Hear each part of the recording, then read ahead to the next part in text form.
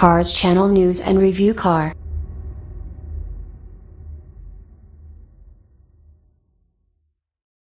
Driven, Ferrari GTC4Lusso in Italy, refining the act. 1. Some things are resistant to change, others less so.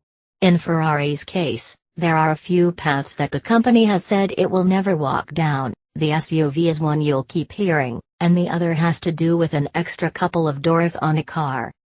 The last has been reiterated countless times by key personnel at the automaker, both past and present. No dilution of the ideal, no wavering of the cause. As such, the idea of a production four-door Ferrari, the oddity that was the Pinin concept from 3.5 decades ago doesn't count, is very much a dead-end street. The persistence in standing its ground in such a manner is admirable, considering that doubling up the body shell apertures would undoubtedly bring about a much higher adoption rate, as a certain Teutonic competitor would happily point out. Still, there was a time when turbocharging wasn't a particularly choice route either for the automaker, but that seems to have been embraced fondly enough, so never might not be forever. 2. The two-door, four-seater shooting brake is essentially a facelift of the Ferrari FF, which made its debut in 2011. The Ferrari 4 moniker has been ditched and the revamped car, which premiered in Geneva back in March, has been given a new designation along with the mid-cycle rework.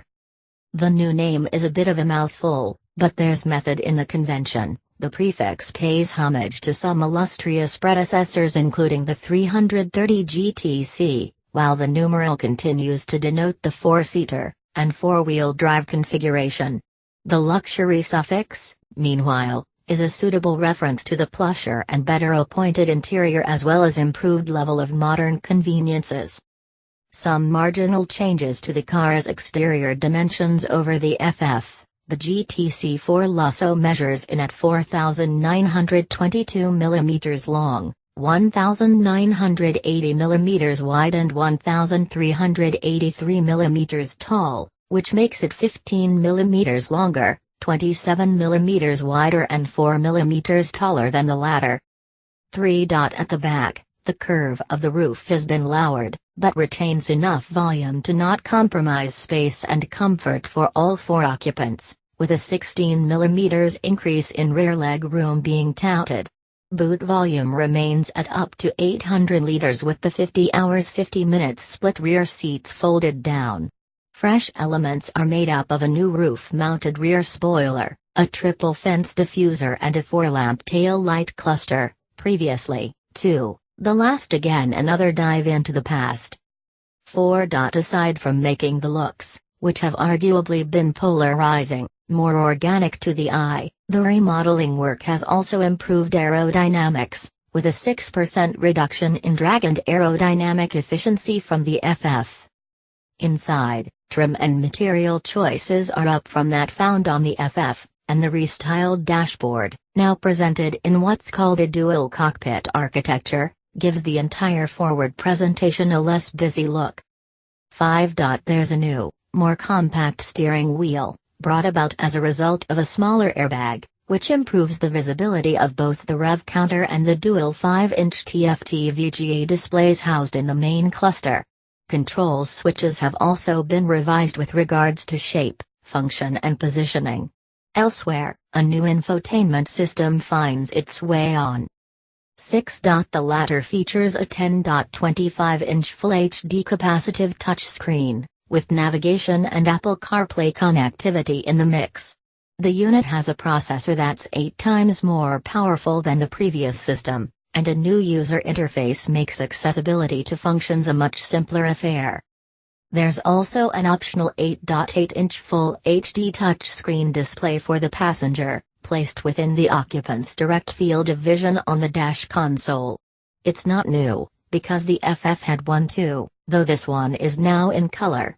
Also, the unit doesn't merely display the car's performance statistics and status as before, but allows interaction with the onboard system, with independent control of what's being shown on the main central screen. The GTC4Lusso retains the 6.3-liter V12 as seen in the FF, but the TPO 140 exabytes has been updated for this application. 7. At lower speeds the engine sometimes feels light on torque, which is something the new GTC4Lusso T will suitably address, but get it going and the F140 is in its element. There's nothing quite as feral, and involving, like a large displacement nozzle at full pelt. Unbeatable, really. Sadly, such hysterical fun may be coming to an end, a victim of ever-tightening emissions regulations. Indeed, the new dawn may have already arrived. The advent of the 3.9-liter turbo version may herald only the blown route for the next GT, much like the 488. Fingers crossed then, if you're a NA fan. 8. The automaker's 4RM4 automatrice, four-wheel drive, system has also been revised. It's now known as the 4RMS, and now comes with four-wheel steering, designed here to improve the vehicle's agility in corners. There's also side slip angle control, now in its 4th gen, SSC4, form. The system helps provide greater longitudinal acceleration out of corners, and integrates control of the E-diff electronic differential and SCME magnetite active dampers into its workings. It's not just bells and whistles. The plethora of fours may provide all the technical charm, but the new car is also noticeably more refined. For one, in-car noise levels are lower than before. 9. As for ride coming off the active dampers and 20-inch wheels, with staggered 245/35 front and 295/35 rear tire, it could arguably be plusher for a GT, but it's none less well sorted, with very little harshness. Being far more compliant than the FF, which it is, will aid the cause, for sure. In terms of wheel choices, I thought the 5 double-spoke forged diamond design looked better visually on the car. Elsewhere, the new infotainment system scores points too, both from an operating and presentation point of view. The graphics are first-rate, and it feels less cumbersome than that on the outgoing car. As for the passenger side screen, it's neat enough to use, though it's likely to become an untouched novelty in the long run. Definitely looks great with the color rotted.